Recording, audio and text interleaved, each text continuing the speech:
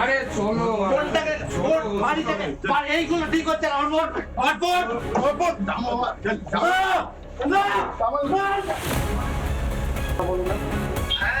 দাদা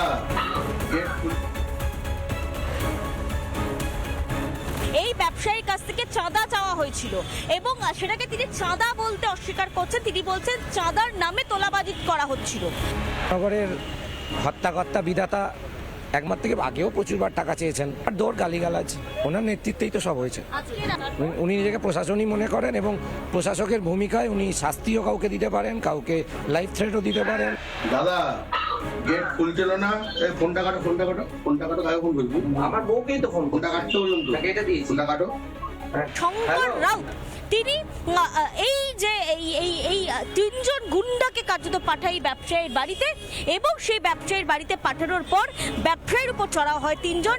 হ্যালো, ফোনটা কাটো। ওরা বাড়িতে 3-4 জন মিলে এসছে। আমি যেতে পারবো না, না করার পর আমি কোথাও যেতে পারবো না।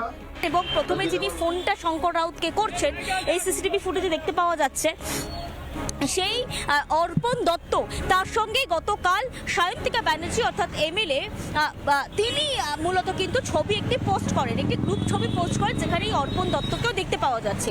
অর্থাৎ তৃণমূলের সঙ্গে একেবারে সংশ্লিষ্ট বা একেবারে যুক্ত রয়েছে এটা স্পষ্ট। তারা এসে এই ভদ্রলোকের বাড়িতে ঢোকে এবং কুকুর ছাগলের মতন টানতে টানতে তাকে নিয়ে যায়, মারধর করতে করতে, এবং ব্যক্তির বক্তব্য সেখানেও তাকে মারধর করা হয়, বন্দুকের বাঁট দিয়ে তাকে মারা হয় এবং তার থেকে 3,500 টাকা নগদ পকেটে ছিল সেটা কেড়ে নেওয়া হয়।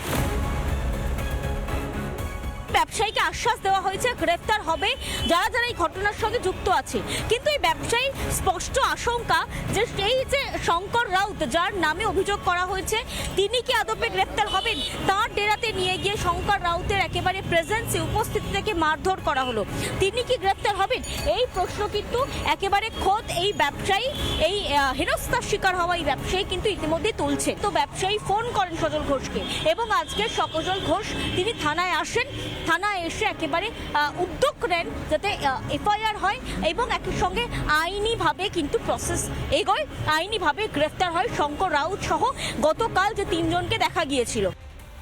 নানা ধরনের কন্টেন্ট দেখার জন্য লাইক করুন, শেয়ার করুন আমাদের ফেসবুক পেজ, সাবস্ক্রাইব করুন আমাদের ইউটিউব চ্যানেল, পাশাপাশি অন্যান্য ব্রেকিং নিউজের জন্য অবশ্যই চোখ রাখুন রিপাবলিক বাংলায়।